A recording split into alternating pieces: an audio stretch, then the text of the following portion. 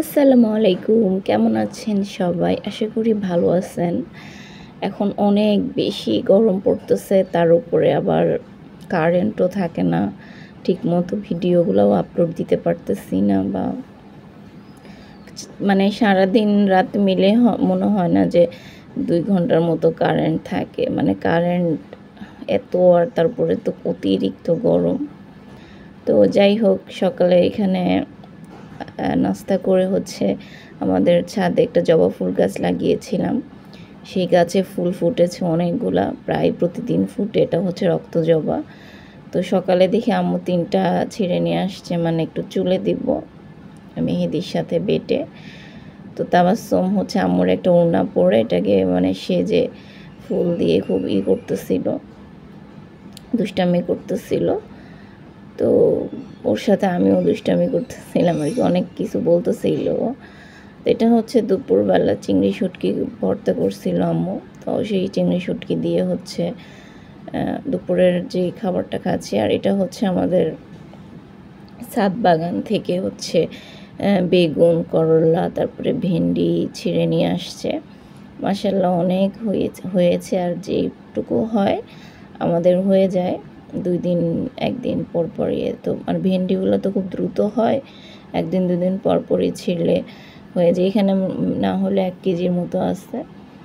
তো আজকে আম্মু ভেন্ডি ভাজি করবে, তারপরে বেগুন ভাজি করবে, রুই মাছ রান্না করবে। এখানে মাছ ভেজে নিচ্ছে। আর এর ফাঁকে দিয়ে আমি একটা কেক বানিয়ে নিচ্ছিলাম। কেকটা দেখেন অনেক সুন্দর হয়েছে। এটা ভ্যানিলা কেক, চকলেট কেক না। এমনিতে সবসময় চকলেট কেক না, এত সুন্দর হয়েছে আর কি বলবো। বেশিক্ষণ লাগে না, আমি প্রেশার কুকারে বানাই তো তাড়াতাড়ি হয়ে যায়। রান্নার ফাঁকে দিয়ে 1 চুলায় বসিয়ে দিয়েছিলাম, আর এটা গরমে ছিল তখন। তো ওই টাইমটাতে ভাত খাওয়ার টাইম পরে আম্মু কাটতেছিল, তো আমি আবার একটু খাচ্ছিলাম। এটা তখন ভাত খাবো। তো এই যে রান্না বান্না, আম্মুদের জন্য তো রুই মাছ রান্না করছে, আমার জন্য চিংড়ি মাছ, তারপরে এই যে বেগুন ভাজি, এগুলো দিয়ে খেয়েছিলাম। বেগুন তো আমাদের গাছের। আর এটা কেক। আমি মানে টেবিলে খাবার মানে শেষেও আবার খাইছি, কাটার পরও মানে লোভ সামলাতে পারতেছিলাম না, এত মজা হয়েছে।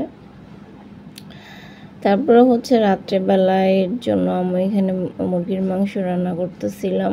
আমি ফার্মের মুরগি ফ্রিজে এনে রাখছিল, বেশ কয়েকদিন হয়েছে, এই জন্য একটু একটু খেয়ে খেয়ে শেষ করতেছে। কারণ সামনে আবার কুরবানির ঈদ আছে, মাংস কিনে রাখবে। এই টাইমটাতে একটু একটু কম দাম হয় মুরগির, তাই কিনে রাখবে। আমাদের যেহেতু বেশি খাওয়া হয় মুরগির মাংসটার জন্য কিনে রাখবে। তো তাবাসসুমকেও আজকে দিয়ে গিয়েছিল, মাংসের তরকারি দিয়ে গিয়েছিল। আর এটা রান্না করার একদম শেষে। আর সেই রুই মাছ ছিল গতকালকের। আর তাবাসসুমকে মাখিয়ে দিয়েছি যে তুমি খাও। একা একা খাইতে পারে না যে তা না, খেতে পারে, একটু সময় নেয়, দুষ্টামি করে, মাংসগুলো আগে খেয়ে ফেলে, ভাত খাইতে চায় না। এই জন্য পরে অবশ্য লাস্টে আমার খাওয়াইয়ে দেওয়া লাগছে। তো এটা তার পরের দিন। ওই দিন গতকালকে তো রান্না করছিলাম মানে মাংসের সলিড পিসগুলা। আর এখানে মানে মাংসের সাথে আবার মাংসের মুরগির পা, চামড়া, তারপরে গলা। এটা তার পরের দিন আম্মু আবার রান্না করে ফেলছে। আর এই যে ঢাকনাটা আম্মু দেখাচ্ছে, এই ঢাকনাটা আম্মু নতুন কিনছে, ওই দিনই কিনছে যেদিন এই রান্নাটা করছে, এই জন্য দেখাচ্ছিল। আমি আবার এই চামড়া টামড়া খাই না, আমার কাছে এগুলো তেমন ভালো লাগে না, গন্ধ লাগে একটা। আমি জাস্ট মাংসগুলা খাই।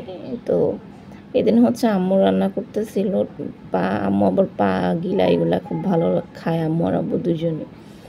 তো মাংসটাকে কষিয়ে নিয়েছে, তারপর এর ভিতরে আলু দিয়ে দিয়েছে। আমি গতকালকে যে মাংসটা রান্না করছিলাম ওটার ভিতরে কোনো আলু দেই নাই, আলু ছাড়াই রান্না করছে। তো তারপরে এই যে খাবার দাবার, করলা ভাজি, ডাল ভর্তা করছিলাম, তারপরে